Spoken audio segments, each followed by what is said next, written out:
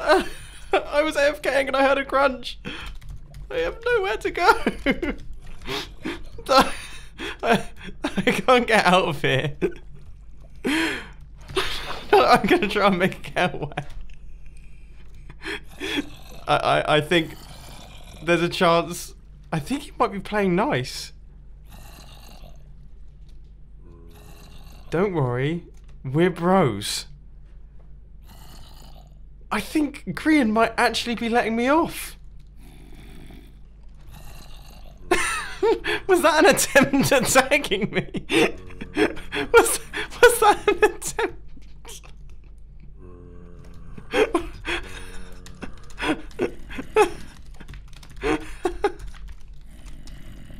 I feel like that was an attempt.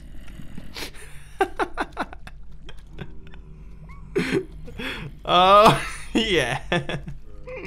I think I could be safe. Unless they deserve it. I just came to scare you. Okay, well that's good to hear. I'm gonna go back to chilling out in my little bunker area and hope that nothing happens. Although that is mildly terrifying. Anyway, hello everyone, this is Mumbo and welcome back to another episode on the Hermitcraft server. It is episode 27 and today we are starting things off outside my farm. As you saw there, I've actually been AFK for a little while. And I thought it'd be worth checking out how much kelp we have got, and the answer is quite the decent quantity. That is not bad. So all of that is backing up through these hoppers right here, and it eventually makes its way up into this system which we built in the previous episode of Hermitcraft, which essentially is just a gigantic glass smelter at this point in time. That's basically what this thing is designed for, and as you can see, it has worked out pretty nicely. Although I have to say, so we only have a tiny bit of kelp in there. Okay, and we have a few kelp blocks in here. We might have to look into this again. This might be one of those never-ending projects that never quite works out. Anyway, to start off today's episode, I think we're going to finish off something once and for all. The gigantic sphere that is currently as holy as a Swiss cheese. We're going to get that sorted out. So I'm going to fill in all of the glass on this thing. I don't know how much glass it's going to need. Probably a lot more than what I've got in my inventory right now. But it has to be done. So in today's super fast time lapse chat, I've got two important things that I want to talk to you about. Number one is the fact that I have now got myself a VIMEO page. And now this may seem very strange, and some of you might be sat there thinking, VIMEO, what on earth is VIMEO? Or VIMEO, why on earth are you there? There's only about 4 people on that website. Some of those statements kind of have some merit, but Vimeo is amazing because the videos that get uploaded to Vimeo suffer from no compression. YouTube compresses the pants out of the videos that you upload on there, whereas on Vimeo that's not the case. So I'm going to be posting my mini documentaries on there. I'll put a link to the OSHE one, the Porsche 911 one, down in the description if you want to check that out in full quality, because it looks so much better over there.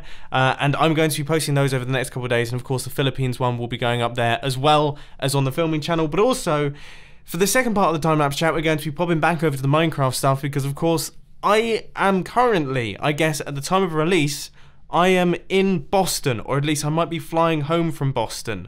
I don't know, I can't remember how all of the time zones and everything are going to be working, but we will have recorded a panel for Minecraft on Earth, which will be releasing tomorrow during the Minecraft on Earth live stream. Now, I'd highly suggest checking it out. We're going to be answering all of your questions, and yeah, hopefully it's gone really, really well, and hopefully it's really interesting. And I would suggest checking it out while that event is on. And of course, if you're going to a viewing party, I don't know how that's going to work, but still try your best to see it, because I think it's going to be quite interesting. Anyway, back onto the Hermitcraft server. I don't believe it. I am fresh out of glass, just a handful of blocks away from this one. Now obviously I did re-smelt some sand, so I think in total I probably used about 2 inventories of glass right there. First impressions though, holy mackerel. Does this thing not look totally ridiculous? I don't even want to look at it until it's fully finished. I'm going to see, do I have any glass lying around? I must have glass lying around. I mean, come on. He's lying around. I don't want to mess with him. Okay, let's have a look over here and see if we have any extra glass lying around from my super smelter. Alright, we've got some glass lying there. No. No more's come through the system. There's no glass there. And it stopped smelting because he actually ran out of sand. No! Come on, let's see. No, that's just iron. Well, I don't think I've got any hope. None whatsoever. But I have gotten lucky there. For some reason, there's just a shulker box with, what, 9 stacks of sand in it? I really need to clean up my base. In fact, I think that's what we're going to do in today's Hermitcraft episode, is we're going to clean things up and make sure that everything's in order, because I am getting fed up with this nonsense. And the best thing about having this massive super smelter system is it doesn't take very long for me to actually get the glass that I need. I mean, I was just kind of staring out the window for a while, and then suddenly I've got 2 stacks. Anyway, all of the glass is now in place, making its way around, but I still don't want to look at this thing from the outside just yet, because there's a few things that I want to clear up first. The first thing is the walkways. These areas right here, they've kind of been snapped off, I guess, while I was building the sphere, and I want to rebuild them. I think having them in the center actually looks really, really cool. So we're going to rebuild those things and make sure that they're all connected up, and then we can finally fly out and get a look at this thing in its completed form. And 1, 2, 1, 2, getting it wrong, hardened clay, and concrete. Seriously, how wrong can I possibly get it? Okay, so that's there, that goes there. And then we just need to fill in this gap, and that is the ticket. So I think now we have reached a stage where this thing is done. Okay, I'm ready. I'm ready to do the typical mumbo jumbo fly around and take a look. And I have to say, I'm really excited for it. Yeah, I mean, it looks pretty similar to how it did before I filled in all the glass, to be quite frankly honest. It just looks a little bit darker because I don't actually have the torches on the top levels. But we've got a pretty cool pair of bases, don't we, me and Grian? Like, they're both... Oh, and there's Scar. You know, at some point, I think I'm going to have to do some form of world tour type thing, because all the hermits are working on really cool stuff. And wow, Grian is going to town on this bottom section. That looks amazing. But our build looks pretty fancy too.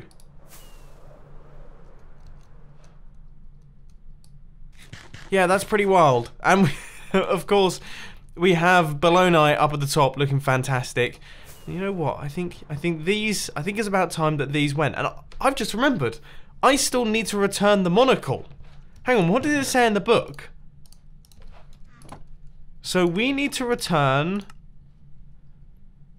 and please be sure to return Mr. Potato Head's shoes and Mr. Monopoly's monocle to the convex. Thank you once again for your compliance. Sincerely, the convex. Okay, you know what? I think that's something that I'm going to do right now, because if I forget to do that before I head off to Boston, then, you know, you never know what's going to appear at my base. I mean, you saw what they built last time.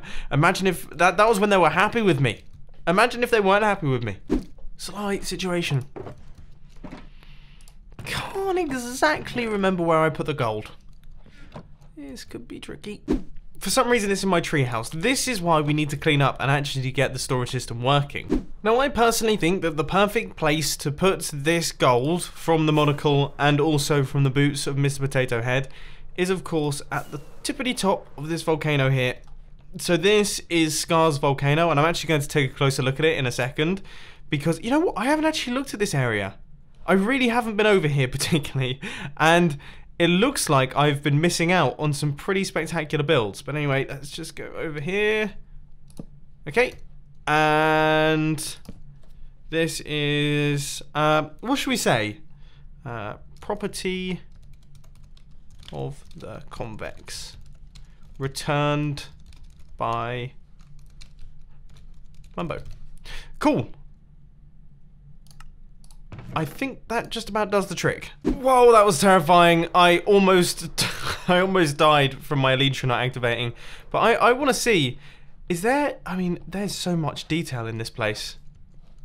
So we've got dead trees, everything. You know what, I think I'm going to spend just a couple minutes of this episode just looking at some of the builds that are dotted around the server, because I feel like that's something that we haven't really done too much. We've been very focused on our own projects and things. And the Hermits are creating some seriously cool builds. I mean, this is beautiful. And it must have taken I don't even want to think how long it must have taken, and I'm very interested to see what it looks like on the inside. Wow, so this is all constructed just from the ground up. It's not even on an island. Whoa. Ridiculous. And this is pretty fancy too. This reminds me of old school Minecraft. I don't know what it is about it. I think just building boats in general. I remember people always used to build boats when I first started playing Minecraft. And this is exactly like it. I really like this. I'm just going to be dotting between people's bases. So I'm not going to be really keeping track of whose it is. I'm just going to be jumping to things that I think is cool. And I love these guys as well, the armor stands. I need to get my hands on some of those and actually work out how they work. Because as you saw from a recent episode with me replacing Grian's little chest with my pickaxe, I find it all a little bit confusing. But this is super cool. And I appreciate the parrot. And I'm guessing this is the little town that goes along with it. With a very beautiful quartz building here. Super nice, super nice. And then I've spotted something over here as well, which I'm assuming, I think this looks like false symmetry. That would be my guesstimate. And wow, is that an aqueduct? Holy mackerel, this is beautiful. Whoa. That's a deep hole. This looks amazing. Purple. This is so cool. I never would have thought to use purple. I've never used purple. I've never built with purple before. So maybe that might be something that we do in Hermitcraft Season 7A. What is this, the tag headquarters? I'd never realised it was this big. This is incredible. And it's so amazing on the inside. This is crazy. I hadn't seen this. This is absolutely mad. And it goes down as well. And it has... Oh.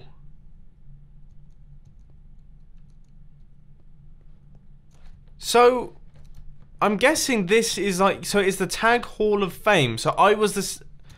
Oh yeah, so yeah, Grian tagged Doc, Doc then tagged me, I then tagged Grian back, so I guess this is going to go through all the different taggings. That's so cool. This is so cool. And this build is enormous. So this is CubFan Super Smelter. I have heard lots about this. I've never seen it in person. It's nuts. And look at this thing. That's crazy. I bet this thing is fast. Like, extraordinarily fast. I might actually try this thing out. I mean, my super smelter's cool. I think we might up our game at some point, because this, yeah, well, I'm not gonna take on this, but yeah, I think we can increase the size of our super smelter, definitely. Maybe when I get back from Boston. I think these are some of Wells Knight's builds, and I think we're in the medieval district now. And then yeah, okay, so we're definitely in the medieval district. There's some interesting stuff happening with the chunks, but I remember because this is where the enchanting area is, and then yeah, there's a few builds dotted around here, and then if we come back over here, this is going to take us back through into the shopping district, which obviously we've seen plenty of. If there's one place that I have seen lots of, it's the shopping district, but one place that I hadn't really ventured past, there's a tree there. There's things there's things in front of me. Wait, let me try and reload the chunks. Is that gonna fix things? Yeah, that's fixed things. So one place that I hadn't really ventured past is the shopping district, and there's the modern district right here. So this is where the mailbox is, which I had no clue about until Iskal showed me in the previous episode. But then also we've got lovely modern builds here actually. Now we're in the futuristic district, and this is kind of like, this is like modern day builds. This is the sorts of builds that you see in person. Obviously the futuristic district, you don't often see crazy circles and floating spheres and things. So I guess I'm like the era after these guys, but I like this. I like these cars. Is there any meaning behind this number plate? People can let me know down in the comment section. Can someone please tell me what this thing is? I mean, to me, it just looks like a mini Death Star type thing. I don't know if it serves any purpose. I'm falling out the sky. Elytra not activating. And by the way, actually, I feel like I should mention here, so a lot of people have been telling me that the reason why my Elytra don't activate is because I have food. No, that has absolutely nothing to do with it, okay? You can activate Elytra. Elytra is just spacebar, and then the firework rockets, they're not affected by you having food in your hotbar. So it has nothing to do with it. It's entirely due to server lag. But in theory, that has now all been fixed due to the fact that we're now on a new server, which is working wonderfully, and it is working incredibly well. But still, you get the occasional quirk where you just drop straight out the sky. These things happen. Anyway, we've popped back to the base because there's a few little small jobs that I want to get done before I leave for Boston. So, the first thing that I want to do is light up these biomes. Me and Rendog were over here the other day. Things were getting dangerous. I feel like it would be good if visitors to my... Is that more of the monocle? Do I also have to give that to the convex? Right, I think that is this first one done, the tropical island, which I'll be honest is probably one of the easier ones because there's not actually too much land to cover. But as far as I can tell, I've done a number of checks. This should be completely spawn-proof. Yeah, that was a close shave. And that is the second biome done. Once again, it's a bit painstaking because, of course, you just have to wander around and make sure that there are no 7s. So you see, it's kind of here. You can't see it right now, but it's kind of there. That block light level has to stay above 7 because otherwise mobs can spawn. So you see an 8. Cutting it real fine. But I think we've just about done it. I've been walking around here for quite some time now. Oh, we got close. No, yeah, I've done a pretty good job. All of them are now looking really nice and bright, apart from this one. And we have a bit of a situation on our hands because I don't know what to do. I genuinely have no clue what to do here. It's made using snow layers. Stupid maneuver by me. Because for anyone who knows anything about snow layers, you'll know that you can't light up snow layers particularly very well because snow layers disappear. So I don't really know what to say with this one. I think maybe this one might have to stay dark. I don't think mobs can actually spawn on snow layers, which is nice, but they will be able to spawn on things like the packed ice. That makes life real difficult. Anyway, the next thing I want to do is I want to clean up our island a little bit. Obviously, we laid out all of the cobblestone when we were planning on building up the town around this thing, but then we realized that actually the town being here doesn't really make too much sense, and it would be far cooler to actually build the town around the island, so in these kind of modules that are going to be dotted about, which means that we have got a bunch of cobblestone to remove. And also, I think this might be the episode where my treehouse goes. I think it's time for it to move on, really. We need to move out of that place and actually start using the storage systems that we have already built. Yeah, I think I'm going to do it. Cobblestone is gone. Now creeper holes are being patched up because apparently I actually have a handful of them in this area. I hadn't really noticed them. I guess I just kind of run past without really realizing. But these things are pretty gnarly. But anyway, it's now time. Chests are being put in place so that I can move some of the items over just temporarily into a small temporary storage system. But yeah, the treehouse is going. What episode are we on? 27? Episode 27 is going to be the day that the treehouse, my starter base, gets removed. I'll be totally honest, most of the items that are actually in the treehouse are just total junk items. Like, look, we have a bunch of sandstone for whatever reason. Sandstone is something that I'm never going to be using in any of my bases because it's just not going to fit the style. We've got ProleteR, once again, same deal.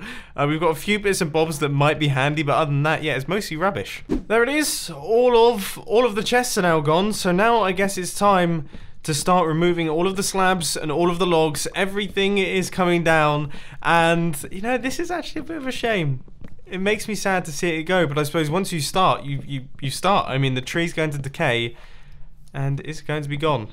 End of a small era, a very short era, I have to say. You know what, I was sad while I was doing this, but actually, as it just gradually fades away, it looks so much better now that it's gone. This base looks far cooler now that we don't have that treehouse in there. It really wasn't fitting the vibe of everything that we've going on here. So, as I say, momentarily sad, but now very happy that it's disappeared. And I think on that note, it's time to end. I hope that you enjoyed this video. I hope that you enjoyed the meetup. I think if time zones are correct, either there's...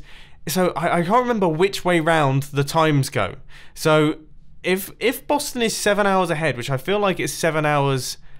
or 7 hours behind. If Boston is 7 hours behind, then that means the meetup is happening around about now. So if you live in Boston, then go to the meetup. You know where to go. If you're not, if I've got it completely wrong, then, and the time zones are the opposite, then the meetup will have happened hours ago, in which case I hope you all enjoyed it. Make sure that you watch the Minecon Earth live stream tomorrow, which will be Saturday, because obviously our panel is going to be on there, and I really do hope that you enjoy that. But anyway, I really do hope you enjoyed this video. If you did, please sure to that like button, and if you really loved it, then make sure to subscribe. But thanks for watching, guys. This has been Mumbo, and I'm out. I'll see you later.